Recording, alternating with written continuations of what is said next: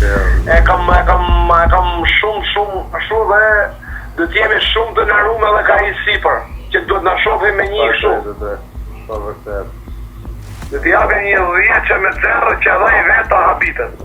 Pavarësisht premtimeve për rinovim, Partia Socialiste e rikandidon për herë të tretë Ilir Ndraxhin. Pikërisht në qytetin e Durrësit, një emër i përmendur në përgjimet e dosjes 339. Kryeministri Edi Rama ka promovuar listat e kandidatëve të Partisë Socialiste një proces të studiuar, duke theksuar përfshirjen e të rinjve dhe energjisë së re. Por në Durrës, një nga emrat e spikatur sërish Ilir Ndraxhi, i cili ka qenë pjesë e parlamentit që prej vitit 2017. Në përgjimet e publikuara nga tabloidi gjerman Bild në vitin 2019, Ndraxhi përmendet si kandidat i mbështetur nga grupi kriminal i Abdylajve në Shijak. Në bisedat e përgjuara, kreu i grupit Astrid Abdylaj diskuton për përfshirjen e Ndraxhit në listën e Partisë Socialiste dhe angazhimin për të siguruar një fitore të thellë për socialistët.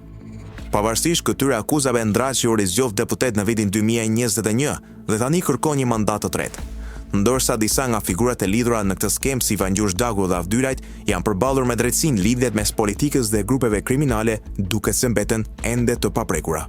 Ndërsa ky rast hedh dyshime mbi retorikën e Partisë Socialiste për një politikë të pastër dhe proceset meritokratike të përzgjedhjes së kandidatëve. Ndërkohë, qytetarët të Durrësit mbeten përballë të njëjtave alternativa, ku emrat e vjetër rikthehen pavarësisht akuzave dhe skandaleve të së kaluarës.